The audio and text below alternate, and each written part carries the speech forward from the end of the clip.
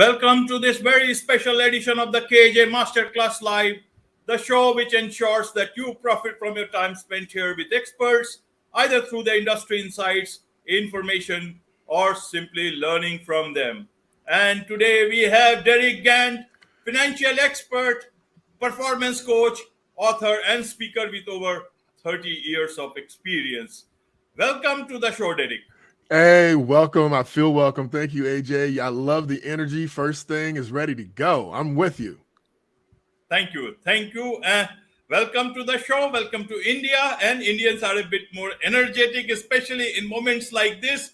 And especially, a lot of people like to talk about money, earn money. And I'm also excited about this money part. And especially money means the prime of your life is when you are in your 20s and early 30s. And that is where we will come to you, Derick. You know a lot about this thing. You have also published the 24,000 life code, the only difference between mediocrity and greatness. So we will put all those things in perspective and try to understand how to build wealth for yourself, especially in your 20s and 30s, and make a life that you want to build for yourself. Absolutely. I can't wait. I'm excited about it. Absolutely. The first question itself is, what is the best way to build wealth when you don't have wealth at all? When you don't have wealth at all, the best, absolute, unchallenged, undisputed way to build wealth is to find a revenue source that you are great at. Notice I didn't say in love with or passionate about, but that you are great at. Find a skill, a job, a career that you can do really well and that you excel at the highest level. And I say that because you don't have any wealth. That means that you are probably spending every dime that you bring in. And in order to build wealth, you need a spread. So here's your expenses.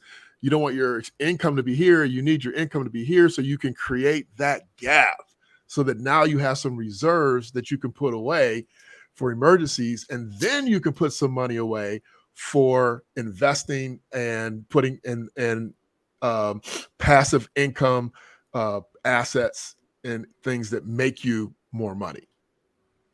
Right, Derick. So let's put a couple of things here. One is a person starting his work life or business life or whatever it is early in early 20s, right? And that is the time for not only earning money or building your life in terms of looking at what future holds for you.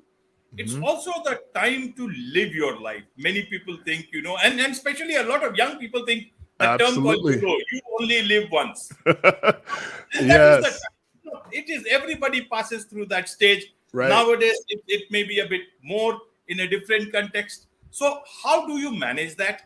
How do you start working on the savings part? And the third part is you are also a performance coach. How do you keep your performance at a good level so that you don't miss the path of wealth building as well as future building? Exactly. It's a great question. And unfortunately, it doesn't start at 20, but we're going to start at 20 since that's your question. So when you're 20 years old, I'll tell you exactly what I'm doing with my son. He's 26. So his junior year in college, so let's say he was about 19. I said, listen, I want you to start collecting the pure phone numbers and addresses of everybody you meet on campus, not their college email, their real at-home Gmail email address. So that was the first thing. The second thing that I did with him, I said, listen, I know that I've managed money for an extremely long time, your entire life. So here's what I want. I'm going to ask you to listen when you graduate. And I told him this 2 years early so it could start to sink in. I want you to start listening to my suggestions. I didn't say do them. I want you to listen to them, see what kind of merit they have, and then go from there. So what we did with him is when he graduated, I told him when he was 20, you should live at home. I want you to live at home. And I want you to get a great job. Okay. And when you're at home, I want you to have an account separate from your bills, like your phone and your car and your food and your movies and your life fund that you were talking about, a separate account that you're going to have just for bills. And then I want you to have a separate account that was for fake bills. So if you were living on your own and paying rent, and if you were paying for lights, gas, and electric and utilities, I want you to put that money in that account like you were actually doing it. And we're going to put that money away because one day you're going to want to move out on your own. And now you're used to having those expenses, but I don't want you to really have them. The third thing I want you to do is I want you to put 25% of every dime you make into a side account. Put it into a side account because you cash is king. No matter which way you slice it, the person with the money gets to make the moves, not the person with the investments, not the person with, it's the one with the money. So I want him to save up $100,000 before he's 30 years old. And then we are going to invest every dime above and beyond that into assets for the rest of his life. Right, right, Derek. You have put it very well, and and that is that you create that habit. You start Yep. building the life from early on itself, the type of life you want to build for yourself. And I also asked about the performance part. Right. That is the time you actually. So a lot of people want to learn about high performance, big performance for later on in life, Right. maybe as leaders or anything. But what about Absolutely. the youngster in the say around 2025? How should they look at the word called performance? How do they live their Yeah. life, build their life, as well as perform as good as required so So that they can go on to the path of success for that them? is a great question. And I will tell you that when people think about performance and they think about the people that we see that are these amazing people that deliver amazing messages or deliver amazing sports abilities or business acumen, and I will promise you, and every young person that's listening to this that is looking to build wealth in their 20s or 30s, or their parents that are looking to help them position themselves, high performance comes from high quality habits. Because you're not just because you're great at something doesn't mean that you're going to deliver it if you decide to do it based on your feelings. If I feel good, I'm going to perform great. But what when you don't feel good? What when you don't feel like reading? When you don't feel like making that extra phone call? But if you set excellent habits, I am going to do these things no matter how I feel, no matter what's going on. I'm not going to go to sleep tonight until I complete my to-do list, the things that I know I'm supposed to do.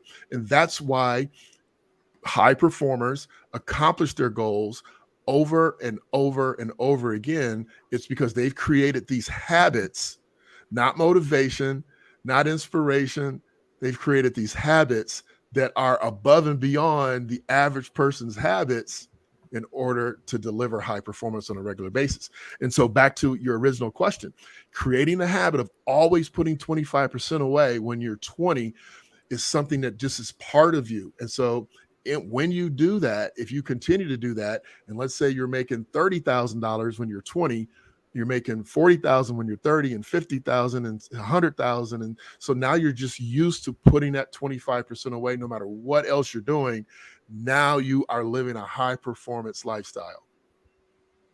Absolutely high performance lifestyle. And you talked about 25% savings. So those are savings. How do you turn them into investments? Where do you invest that money which you have just saved, or you just keep it in your savings account and Yeah. that will come handy? How should Mhm. they tackle at that point in time? Because again, at the same time, you got a lot of shiny objects around, Right. including a lot of shiny advice. How do Exactly. you get the right advice for yourself? Who are the people you should trust in terms of money advice? Well, I think that going through school and life, I'm in my mid 50s. I can honestly say, as an expert money coach and as an expert person that made it to 50, their mid 50s, I would say, first of all, let's take your first part of your question, which is how do they convert that into investing? When you're in your 20s and 30s and you don't have a lot of money, we already talked about stacking some money so that you can have money when an opportunity presents itself. The other thing is that I believe very strongly that you have to um, look at the things that you are innately interested in. If you're interested in fashion, then maybe you should be looking at fashion stocks and fashion companies and following the trends, learning the trends, understanding what's cutting edge. Maybe you're into shoes, or maybe you're into, you know, the latest medical devices or AI, or so whatever it is that you're interested in naturally, you should find all of the top players in that industry and start to follow them and track them so that you get a feeling for, well, when things are not good, these things actually do well investment wise, and vice versa. And if you find something in this particular case that you really do like, not like I said with the job, but the job, I want you to be great at a skill. With your investments, I want you to be passionate and interested so that you will follow it, track it. And I suggest that in certain situations, you start investing a very small amount. So I have my son putting $100 a month into exchange traded funds. And we're not going to get into the discussion about exchange traded funds, but let's just suffice to say that they're a stock. They're a bastardized version of a stock and a mutual fund put together. But he can start to learn about trends. He can start to learn about markets. He can start tracking his positions. Meanwhile, the bulk of his money is getting built in cash. He is a real estate agent, so I have him looking at return on investment. We have him looking at how does factoring work, how rents, being a landlord. He's doing some property management. So introducing yourself to things that you're really good at, things that are married to the other things. So maybe you use a special hand lotion because of a skin condition. So you start tracking that and you start to see what companies excel at those things. And then you invest in those. So breaking into investments is about being close to something. A really good one is, hey, my dad works for this company. My dad loves the company. He's worked there forever. They're publicly traded. Let me start buying some stock in my dad's company, because your dad's going to know, you're going to know if he comes home and says some people got laid off, you're going to know if sales are down. And so you can kind of have an inside scoop without it being insider trading, just by paying attention to what's going on in the marketplace. Right, right. One more thing that you talk about, Derek, is self mastery. What is this self mastery at that point in time? Why I'm asking this is, a lot of time, people think about control. Right. Is self mastery about control about everything about yourself, or Yeah. controlling everything that happens around you? And Yeah. second thing, a lot of people think, okay, self mastery is also controlling how I will live my life and how I will define my day, or my, because there's a song, I'm invincible today. Right. Is self mastery only for one day? Is this invincibility only for one day? Right. How do I make myself invincible in terms of what I am as an individual, as an authentic person, Right. and as well as, I live a life of dignity, of self respect with self mastery? Help us understand this Yeah. self mastery part. Well, I have a weird view of self mastery. And I believe that self mastery, discipline, accountability is freedom. Because when you know, so self mastery is really all about understanding yourself. Meaning, you're going to come on the show, and I had a bad experience before the show. Am I going to come on the show and let the bad experience follow me? Can I master my emotions? Can I decide how I'm going to react, positively or negatively? Am I going to, how do I operate as a person, as a machine, to get the most performance out of my life? So for instance, self mastery is knowing that I am not a great thinker after like 7, 8 o'clock at night.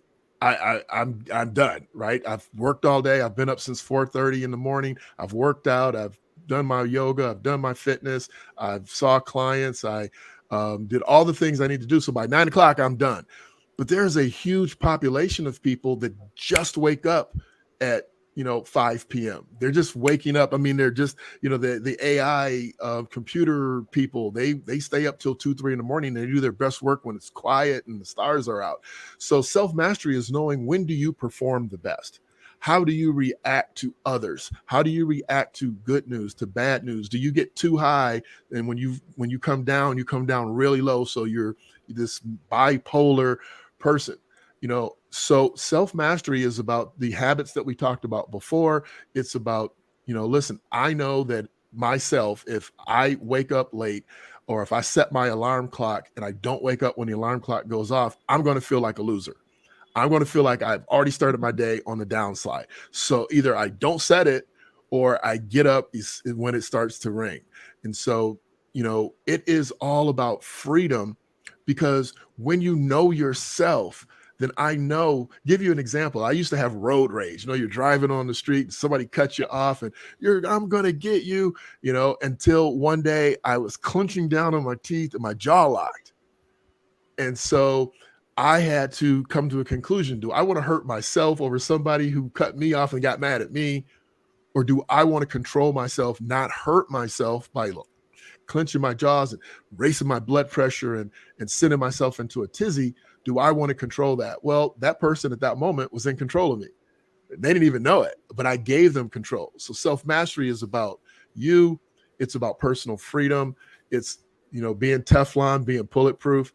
And the obvious answer to that is that we are never really there, because we're always changing and growing. We're always learning new things, but we can have a nice baseline of self-control.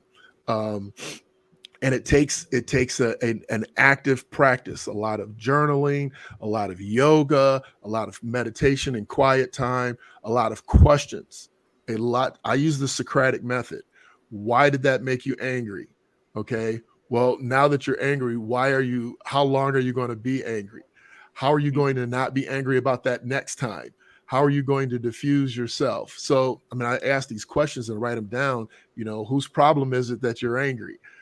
So it takes a lot of work and self-awareness. And if you start this, so I've started my son, as you can tell, I've started my son on this at like 20 years old, and he is almost as good as I am. And it doesn't mean that we don't make mistakes. What it means is that you might be in control of yourself, and you might say, I know if I eat this, it's going to do this to my body, but I'm going to eat it anyway. But at least So at least it doesn't mean you make great decisions every time. It just means that you know what the results are going to be. And now you get to choose if you want to be mediocre or if you want to be great. Right. So how do you do this self-mastery? You talked about to your son. For a young person, 20s, mid-20s or later 20s, to achieve this self-mastery thing, because many things pull you away at that point in time. Right. And you also, it's also the peer group. You can do with a simple phone, but you see that new phone has come in town, or the $3,500 gadget has come in town. How do you manage that sort of impulse at that point in time? Well, you've asked this question a couple times and I haven't answered you yet. So let me answer you. So we all have our thing. Now, I can tell you honestly, I'm in my mid-50s, as I mentioned. And the shiny phone thing was my thing probably until the 40s. I had to have the latest, greatest technology. And, every time I got it, I would say, okay, well, it's got all these bells and whistles and I'm going to learn how to use them to make me more productive because I'm high performance. And I never did. So I finally learned my lesson that I was just wasting money. So we all have to learn our own lessons as we move through life. Now, if you have someone, what I try to do my best with young people is to help them create a hierarchy of wants and needs. So the first thing we do is, what do you need? And then we move that out of the way. So now we're back to your shiny objects, how you get them to invest and save without wanting to go get that fancy car or that fancy pair of shoes. So what I like to do, again, is go back to the accounts. It's kind of like a reward system. So you have a bill account, you have a fake bill account, you have a savings account, and then you have a short-term spending account. So I try to get the young people to put money into that short-term spending account. And we don't call it a savings account. It is short-term spending. They are going to spend that money probably in the next month, 2 months, 3 months. So once you hierarchy the shiny objects that you want and you put money into this account, you only have so much money in the account. So now you got to pick which one of those shiny objects do you want to buy, and you limit your purchase to whatever money that you set aside in that account, because you already have your 25% put away somewhere else. You have your bill money put away somewhere else. So this is your fun money account, and you can only buy fun things with the money that's in that account. And if it's not in the account, you got to wait. And it teaches them discipline, right? Now you're back to self-mastery. So if they can stick to this plan, then they will be great at what they do in their life across everything, and with their relationships, with their money. Because AJ, you already know this. It's not about just the money. It's about your fitness. It's about the way you treat your spouse. It's about the way you raise your kids. When you have a set standard and you have these rules on yourself, the code, the 24K life code, when you have your own code and you live by your code, then you have amazing performance. Your code doesn't have to be my code. Just live by yours. And if you live by your code, your deal breakers, and you're a good person, we got to add that part, you're going to be amazing. And if you start this in your 20s and 30s. Absolutely. Absolutely, Derick. And I would not wait till the end, because there is a question somebody's asking. Beth Colhoun Leopold, she asked that, do you recommend actual separate accounts or accounts on paper? No. We want separate. That's a great question. And we want separate accounts. And we not only have separate accounts, Beth Colhoun Leopold, she has asked it. So I'm sure she should be happy if you can address her question. No, absolutely. So my clients actually have 5-6 accounts, and we name the accounts. So we name the account Derick's Fund Money, emergency fund money, don't touch. We have our bills. We have our short-term, fund money. We have our vacation account. We have our home repair account. And the reason why, Beth, that we do this is because when you want to go get some money for something that you didn't plan on, right? That shiny object that AJ's been talking about, and you don't have enough money in your fund money account, and you start looking at the emergency fund, or you start looking at the home repair account, you mentally know exactly what part of your life you're getting ready to mess up and become a failure on. So if you know you need a new roof, or you need a new window, or repairs at the door on the house, and you go grab that money, then you know you're getting ready to screw that up, and you're not going to be able to do both. But that was a great question, Beth. It's good to see you. Thanks for following. Thank you, Derick. Now you have given so much of information, insight, and understanding for a lot of people, especially for the young people in their early 20s and in their early 30s. Now let's move on to a more sort of a learning from you, Derick, through your book. I have heard about this 401k, but not about the 24k book. So help us. Yeah, being in India, I've learned this process. We call it the PPF. That's the savings. That's the thing that you save for the future. So a lot of people keep their eyes on this 401k. In India, it's the PPF thing. But what is this 24k thing code? I love it. Help. And secondly, you have a podcast by that name. So I do. How can people learn? I do. I love it. No one's ever put it that way. I've heard about the 401k, but never the 24k. What's this special investment? Well, let me tell you, in all honesty, it is the best investment, especially the best first investment that anyone can ever make. So the concept of 24k and having a 24k life and a 24k life code is that we are supposed to understand that in order to get pure gold, it has to go through the fire. It has to be heated up so hot that the lead is gone, the nickel is gone, the iron is gone, the copper is gone. And like gold, if we look at our lives and say, okay, I have to be a great person mentally, financially, physically, relationships.